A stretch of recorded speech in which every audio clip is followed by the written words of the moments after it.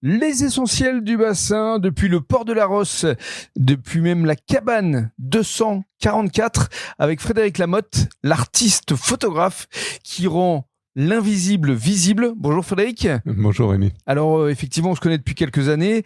Vous aviez été parrain d'ailleurs des Perles du Bassin. Vous êtes sur l'éco-responsabilité. On en parlera un petit peu après parce que vous êtes un plongeur et vous avez un matériel assez impressionnant pour capter des poissons, mais pas que, avec des photos assez magiques. Et c'est ce que vous exposez ici, dans cette cabane à Gujan-Mestras, au port de la Rosse, et que vous allez exposer à partir du 15 août à Audan jusqu'au 21 à la Cabane Bleue. Alors d'abord, parlons de vous, de ce que vous faites, parce que vous plongez régulièrement ici sur le bassin d'Arcachon. Et où exactement ? Et moi, ça fait 30 ans que je plonge. Ouais. Et j'ai 2 sites préférés, Saint-Yves, à la Croix des Marins à Arcachon. Malheureusement, j'y plonge de moins en moins parce qu'il y a de moins en moins de vie à photographier. Le fond qui était sableux est devenu vaseux. Et la forêt de Zoster qui existait là a disparu il y a une dizaine d'années. Et puis Nord-Bassin ? Oui, tout à fait. Côté Cap-Ferré, c'est ça. En bas de chez Hortense. En début d'année, il y a eu un déversement anarchique de déchets de chantier qui a tué toute la vie qui s'y trouvait, toute la fibre benthique, c'est-à-dire la vie qui était fixée au fond. Cette année, j'ai pas fait beaucoup de photos, à vrai dire. J'ai plongé hier soir. Il y a effectivement de la visibilité, mais l'eau est quand même chargée de particules. Le bassin est sale. À cause de quoi ? Bon, c'est multifactoriel, c'est ça le problème, c'est qu'en fait, personne n'est vraiment responsable de rien, mais l'accumulation d'un tout, que ce soit les réensablements de la plage de la dune du Pilat, ça, moi, je suis totalement contre. Pour moi, c'est une catastrophe écologique. Ça va être les anti-fouling, la surpopulation des bateaux. Alors, je suis pas contre l'afflux de gens.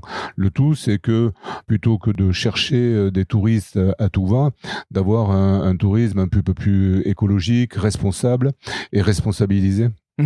Et alors, je reviens quand même à vos photos, parce que quand même c'est la base de l'interview à travers votre expo. Vos photos, vous les travaillez avec un matériel assez pointu, c'est-à-dire que vous arrivez à photographier, comme je le disais en préambule, l'invisible pour le rendre visible, tout avec à fait. une possibilité d'agrandir. Je parlais de poissons, mais pas que. Alors en fait, les poissons je vais prendre des parties de poissons du fait de mon grossissement. Les photos sont le travail de 2 années où j'ai cherché à obtenir la transcription de ce que je ressentais sous l'eau et de ce que je voyais sous l'eau. Et alors, ce que le grand public ne sait pas, c'est que vous faites des conférences à travers le monde et vous allez partir en Chine. Au mois d'octobre. Et au mois d'octobre en Chine, vous serez au festival de Cauterets au mois de septembre et vous allez réexposer ici à la fin du mois à Gujan-Mestras, les 28, 29 et 30 août, et que c'est important que le public prenne conscience de ce qui se passe aujourd'hui dans le bassin.